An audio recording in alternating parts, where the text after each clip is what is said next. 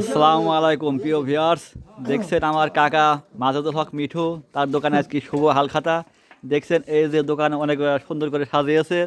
এই যে আমার শ্রদ্ধেয় ভাইজান বসে আছেন, শ্রদ্ধেয় ভাই খাতা কলমে বসে আছেন। আমরা এখন জানবো হালখাতা কেমন হচ্ছে। ভাই একটু জানাবেন কি হালখাতার কেমন কি টাকা পয়সা উঠছে, একটু জানাবেন কি? হ্যাঁ, হালখাতা ভালো হচ্ছে। ইনশাল্লাহ ভালো হয়, সে ভালো।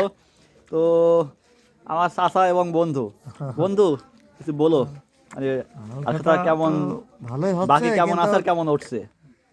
বাকির অ্যামাউন্টটা অবশ্য আমি বলবো না, 20+ আছে, কত আছে এটা বলবো না, 20+।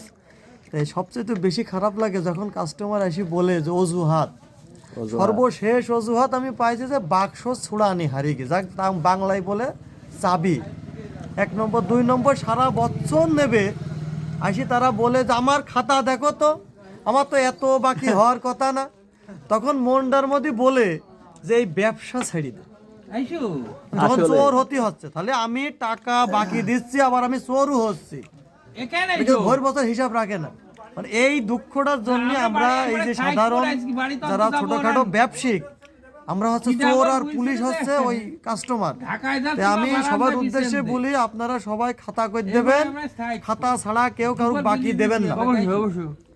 হিসাব না মেলে 6 মাস পরে এসে বলছে কি আমার এত বাকি হওয়ার কথা না, এত বাকি কেন হইলো? কারণ আমি মরবো না, আমার তার কাছ থেকে টাকা নিয়ে আমার কিছু দিতে হবে। আসলে এই যে সারা বছর বাকি রেখে এটি রেখে জনগণের এই 6 উদ্দেশ্যে মাস আমি পরে বলছি, আপনারা যখন লেনদেন করবেন তখন অবশ্যই খাতা পত্র দোকানদার এবং আপনার সিল স্বাক্ষর মেরে নেবেন।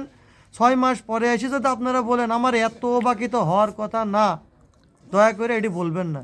এটি সাধারণ ব্যবসায়ীরা খুব মানে মনের দিক থেকে খুব কষ্ট পায়, আর ঠিক আছে, এছাড়া আমার কাকা, কিছু বলার ধন্যবাদ। নাই।